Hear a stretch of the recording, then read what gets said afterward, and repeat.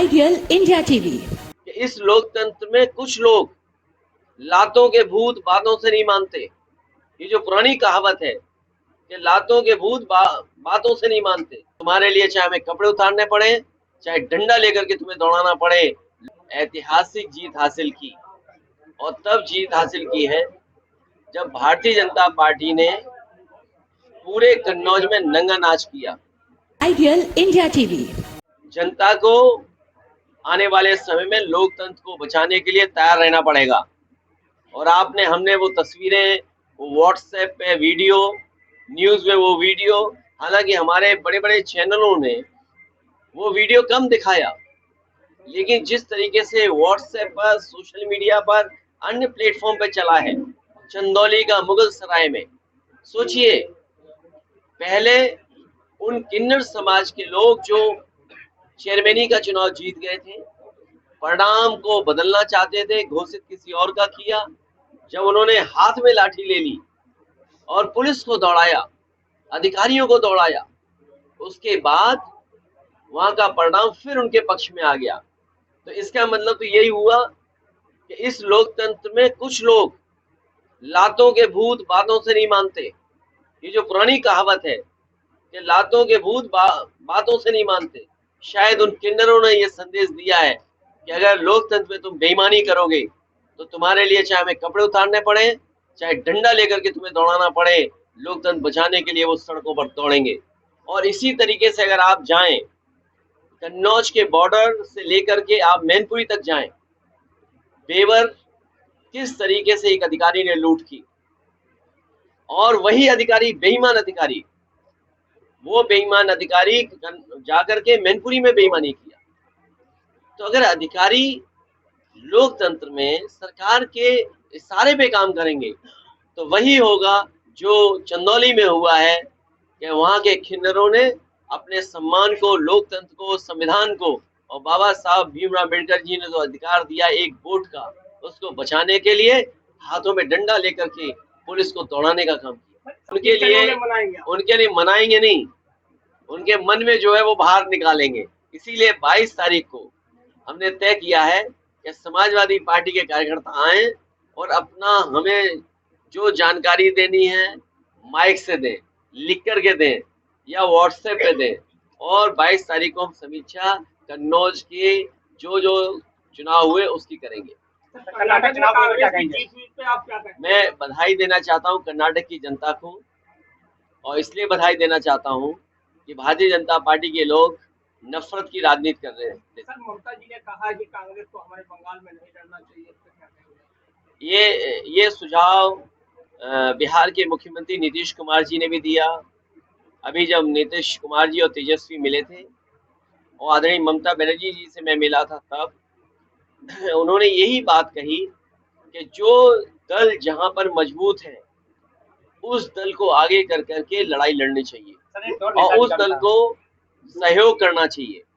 तो ये जिम्मेदारी और दलों की भी है कि जो दल जहां मजबूत है उसकी मदद हो। सर, आपके द्वारा कहा जा रहा लगातार कि वोटों की लूट हो रही है। 24 में लोकसभा का चुनाव, क्या करेंगे?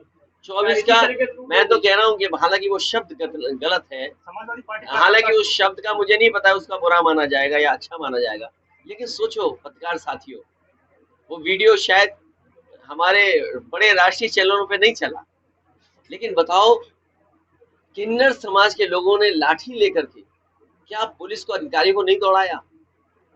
आप बताओ, हाँ या ना कह दो। ये सर हिलता हुआ बता रहा है कि हाँ, उन किन्नरों ने लोकतंत्र बचाने के लिए, संविधान बचाने के लिए, और बाबा साहब भीमराव अम्बेडकर जी का दिया हुआ अधिकार एक वोट का, उसको बचाने के लिए चाहे उन्हें कपड़े उतारने पड़े हों, लेकिन उन्हें हाथ में लाठी लेकर के उनको दौड़ाने का काम किया, जिन्होंने परिणाम बदला। ये बीजेपी के लोग यही चाहते हैं कि जनता सड़क पर आ जाए। हम लोग समाजवादी लोग हैं, कभी कभी लिहाज कर जाते हैं बीजेपी वालों। भैया, आपके चुनाव में एक बार लेकिन किन्नरों ने बताया कि लिहाज अब छोड़ देना चाहिए। सर, आपके भी चुनाव में बजरंगबली वाली का प्रयोग किया गया था, तो कर्नाटक भी चुनाव में ये बीजेपी वाले ये नहीं बताना चाहते घरों में महंगा सिलेंडर रखा हुआ है। जब ये नौजवान मोटरसाइकिल और गाड़ी लेकर के जाते हैं, महंगा डीजल और पेट्रोल खरीदना पड़ता है। इन सब बातों को छिपाने के लिए इस तरह के मुद्दे के इस टाउन एरिया में आकर के जो जन समर्थन समाजवादी पार्टी के नौजवान चेयरमैन को मिला है, उसके लिए मैं चेयरमैन जानू को, उनके सहयोगी समर्थकों को बधाई देने आया हूँ।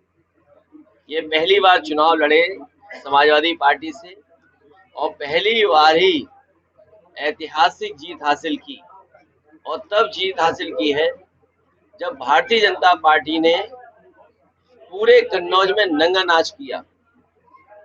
ये शब्द का इस्तेमाल नहीं करना चाहिए मुझे, जितना नंगा नाच लोकतंत्र में हो सकता है भारतीय जनता पार्टी ने यहाँ किया। यहाँ पर लगातार अधिकारी, कुछ अधिकारी तो पक्ष में थे, लेकिन कुछ अधिकारी पूरी तरीके से भारतीय जनता पार्टी के इशारे पर काम कर रहे थे। और कभी ऐसा हो सकता है कि विपक्षी पार्टी के नौजवान नेता के साथ व्यवहार खराब हो, हमारी पार्टी का एक कार्यकर्ता के साथ व्यवहार, अपमानजनक व्यवहार हुआ, अपमानित किया गया उसको, और सरकार के इशारे पर, बीजेपी के इशारे पर जगह जगह फर्जी आधार कार्ड बने हुए थे। आज के जमाने में जहां पर बीजेपी की सरकार में लाखों करोड़ रुपए खर्च किए गए हों इस बात को लेकर के कि आधार नकली नहीं बन सकता। अगर एक व्यक्ति की पहचान है तो वो पहचान दूसरा व्यक्ति नहीं बना सकता है। जिस योजना पर लाखों करोड़ रुपए खर्च हुए हों, उस योजना के धज्जियां उड़ा दी गई हों और फर्जी आधार मिले, यहाँ एक दो नहीं मिले, हजारों की संख्या में। यहाँ की विधायक महिला होकर के जो व्यवहार करती है, पुरुषों को भी मतलब क्या बोलूं मैं, पुरुष भी शर्मिंदा हो जाएंगे। एक महिला विधायक बूथों में घुस जाए, फर्जी वोट डाले। छिबरामऊ में फर्जी वोट डाला, गुरसाईगंज में विधायिका और उसके सहयोगी समर्थक घुस गए और वोट डाला नकली। जब आधार नकली, वोट नकली, तो इनकी जीत भी नकली है, इनकी असली जीत नहीं है। ये जनता की दिया हुआ फैसला नहीं है, ये बीजेपी के इशारे पर सरकारी लोगों ने जो जीत दिलाई है वो नकली जीत है, धोखे वाली जीत है। मैं उन्हें बधाई देता हूं और भ्रष्टाचार की जानकारी हमें भी दें, जिससे इन अधिकारी और भारतीय जनता पार्टी के विधायक और इन लोगों को घेरा जाए। आदरणीय नीतीश कुमार जी, आदरणीय ममता बनर्जी जी, केसीआर साहब और बहुत सारे दल इसी कोशिश में हैं कि कोई रास्ता निकले, और जो दल जहां मजबूत है उस दल के नेतृत्व में ही चुनाव लड़ा जाएगा। आइडियल इंडिया टीवी, हर खबर बेफिक्र। Subscribe now.